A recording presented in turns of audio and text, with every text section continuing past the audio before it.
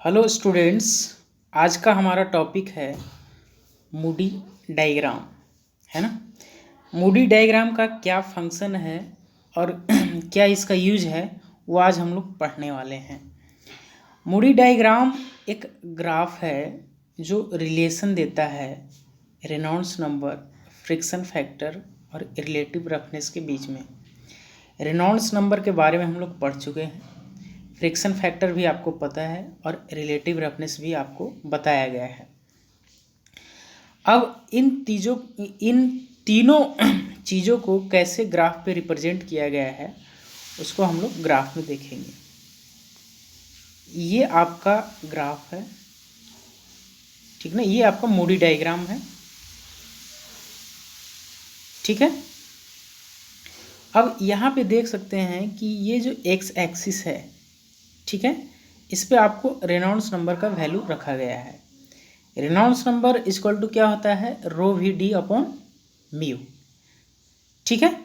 अब ये देख रहे हैं कि यहाँ पे फ्रिक्शन फैक्टर है, ये वाई एक्सिस पे रखा गया है, लेकिन ये जो वाई एक्सिस है वो लेफ्ट साइड का वाई एक्सिस है, उस पर आपका फ्रिक्शन फैक्टर रखा गया है, ठीक है। इधर राइट साइड में भी वाई एक्सिस है, जो राइट साइड का वाई एक्सिस है, ठीक है, उस पर क्या रिप्रेजेंट है, रिलेटिव पाइप रफनेस, है ना, यानी कि रिलेटिव रफनेस रिप्रेजेंट किया गया है, ठीक है। रिलेटिव रफनेस को एप्सिलॉन नोट से रिप्रेजेंट करते हैं और रिलेटिव रफनेस इक्वल टू होता है स्मॉल ई अपॉन डी।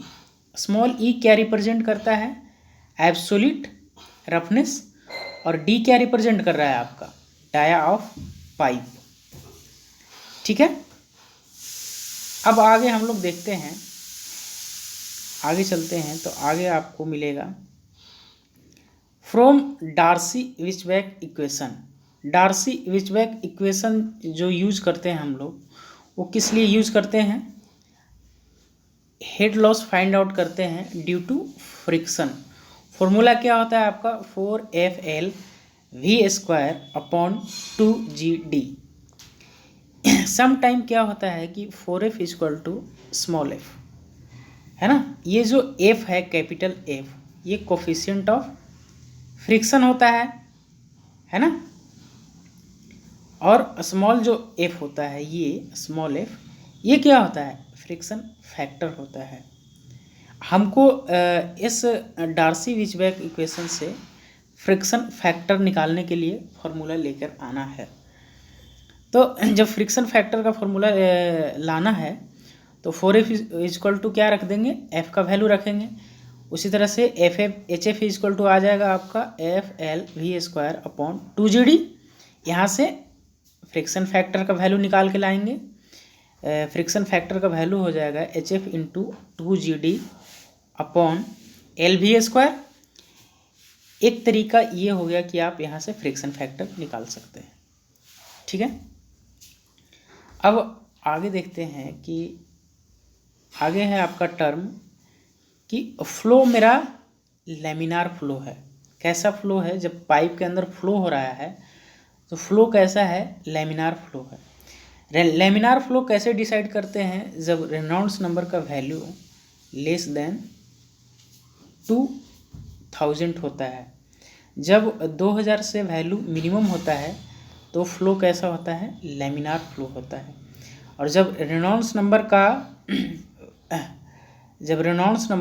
2000 से बड़ा, है ना, और 4000 से छोटा होता है तो फ्लो कैसा होता है, ट्रांजिशन, है ना। यानी कि 2000 से बड़ा और 4000 के बीच में रहेगा तो ट्रांजिशन होगा। और जब रेनॉल्ड्स नंबर ग्रेटर देन 4000 हो जाएगा तब फ्लो कैसा होगा आपका, टर्बुलेंट फ्लो होगा, है ना। तो अभी हम लोग लेमिनार फ्लो पे जाते हैं कि आपके पास फ्लो कैसा है, लेमिनार है। जब लेमिनार फ्लो रहेगा तो फ्रिक्शन फैक्टर कैसे निकालेंगे हम लोग, 64 अपॉन RE जब आपको पता होगा कि मेरा फ्लो लेमिनार है तो फ्रिक्शन फैक्टर के लिए फॉर्मूला है 64/RE। RE का वैल्यू कैसे निकलेगा, ρ/v/d/म्यू से। ठीक है, अब एक चीज़ यहाँ पे रिलेशन निकल के आया है कि relation between friction factor, Reynolds number and relative roughness is linear. ये लीनियर आपको समझना है। तो अब हम लोग डायग्राम पे चलते हैं। ये आपका डायग्राम है, यहाँ देख सकते हैं। यहाँ देख रहे हैं कि ये जो रेनॉल्ड्स नंबर है एक्स एक्सिस पे, ये आपका 10⁻³ है, मतलब कि 1000 है। ये जो लाइन देख रहे हैं वर्टिकल की तरफ, यहाँ पे 2 होगा, समझ रहे हैं बात को, यहाँ पे आपका 2 होगा। और ये दूसरी थर्ड जो वर्टिकल लाइन है यहाँ पे 3 होगा। मतलब कहने का मतलब है कि ये 1000 है, ये 2000 है, ये 3000 है, उसी तरह से ये 4000 हो जाएगा, उसी तरह से 5 6 7 8 9 यहाँ तक 9000 होगा, और ये आपका 10000 हो गया। और यहाँ से जब आगे बढ़ेंगे तो ये 10000 है तो ये हो जाएगा 20,000, 30,000, 40,000, इसी तरह से आगे हम लोग रिप्रेजेंट करते जाएंगे। तो आपको अभी ये देखना है कि फ्लो मेरा लेमिनार है। कहने का मतलब है कि रेनॉल्ड्स नंबर का वैल्यू क्या है, लेस देन 2000, ये वैल्यू है। यहाँ पे 2 है, यानी कि यहाँ पे वैल्यू रेनॉल्ड्स नंबर का 2000 है, तो ये आपका ऐसे वर्टिकली जाएगा। ठीक है ना। अब 2000 से जब रेनॉल्ड्स नंबर का वैल्यू कम होगा तो वो बोल रहा है कि जो रिलेशन बनेगा फ्रिक्शन फैक्टर, रेनॉल्ड्स नंबर और रिलेटिव रफनेस के बीच में, तो कर्व कैसा होगा, बिल्कुल लीनियर होगा। ये देख सकते हैं, ये जो ब्लैक कलर में स्ट्रेट दिख रहा है, ये वैल्यू आपका बिल्कुल लीनियर है। इसको हम लोग क्या बोल रहे हैं कि जो रिलेशन बन के आया है वो बिल्कुल लीनियर है। ठीक है, अब हम लोग आगे देखते हैं टर्बुलेंट फ्लो के लिए। ये आपका टर्बुलेंट फ्लो है। ठीक है, टर्बुलेंट फ्लो होगा तो फ्रिक्शन फैक्टर निकालने के लिए क्या फॉर्मूला है, 0.316/RE⁴ यहाँ से आपका फ्रिक्शन फैक्टर निकल के आएगा। अब रिलेशन क्या आता है फ्रिक्शन फैक्टर, रेनॉल्ड्स नंबर और रिलेटिव रेफरेंस के बीच में, वो कैसा है, कर्व है। जो रिलेशन आ रहा है उससे जो ग्राफ बन रहा है वो कैसा है, कर्व है। अब देखते हैं कर्व कहाँ पे बन रहा है एक्चुअली में। ये है आपका। ठीक है, तो जैसे ही 4000 से वैल्यू ज़्यादा हो जाएगा, हम लोग यहाँ पे देख सकते हैं, अंदाज़ा लगा सकते हैं, ये आपका 4000 है। ठीक है, यहाँ से जैसे ही इधर वैल्यू आएगा सब टर्बुलेंट फ्लो में होंगे।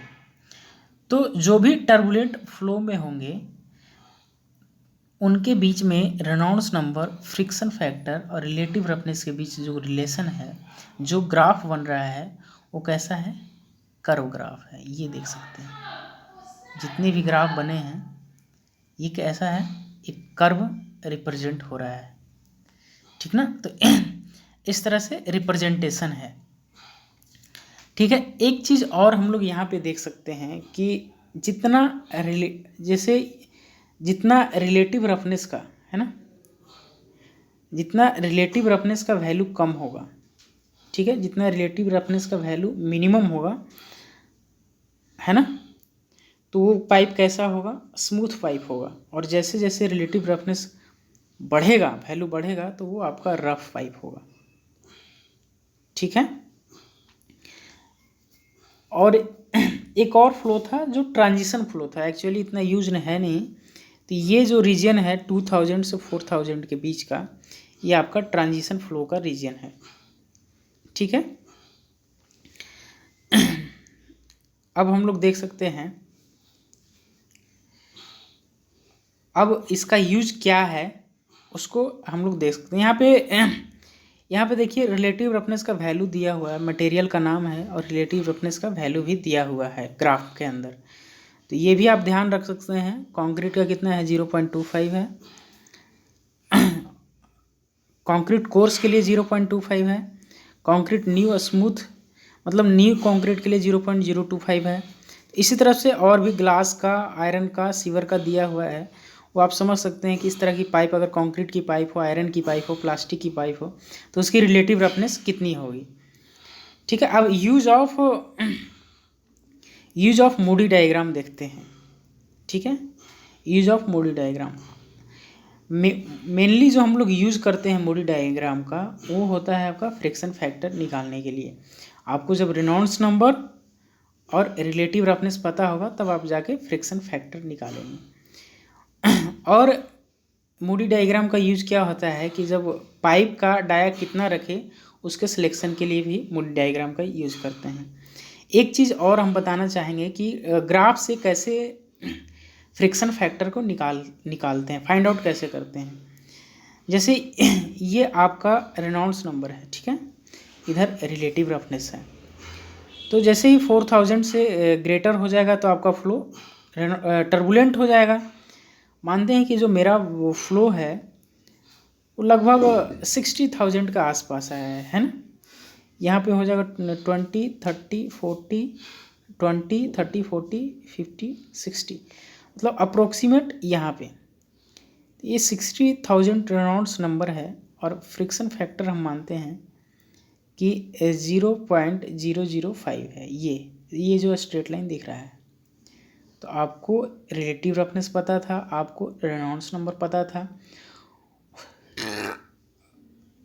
अब ये जो पॉइंट जा रही है, जिस फ्रिक्शन फैक्टर का जो एक्सिस है उस पर जहाँ टच करेगी वो वैल्यू क्या हो जाएगा, फ्रिक्शन फैक्टर का वैल्यू मिलेगा। तो मतलब आपको रेनॉल्ड्स नंबर और रिलेटिव रफनेस पता रहेगा तो आप फ्रिक्शन फैक्टर का वैल्यू फाइंड आउट कर सकते हैं।